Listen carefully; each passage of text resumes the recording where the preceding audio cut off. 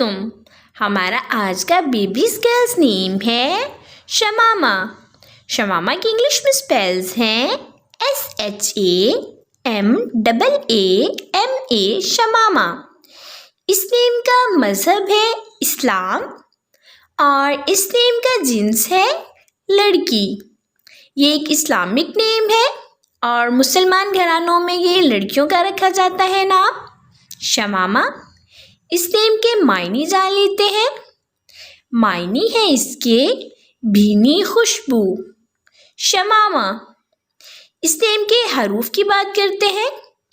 उर्दू में इसके 5 हरूफ के साथ एक लफ्ज़ बनता है शमामा और इंग्लिश में इसके 8 वर्ड 1 लेटर शमामा।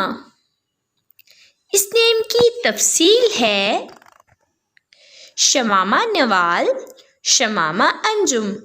इस तरह से हम ये नाम रख सकते हैं। आप भी अपने नाम का मायने जानने के लिए कमेंट्स में अपना नाम लिखें और मायने जानिए। एंड अपने नाम की स्पेशल वीडियो बनवाने के लिए भी आप मेरे कमेंट बॉक्स में अपना नाम कमेंट कर सकते हैं। And please subscribe my channel, like, comment and share. Okay dears, फिर मिलेंगे न्यू नेम न्यू वीडियो के साथ। अल्लाह हाफिज़।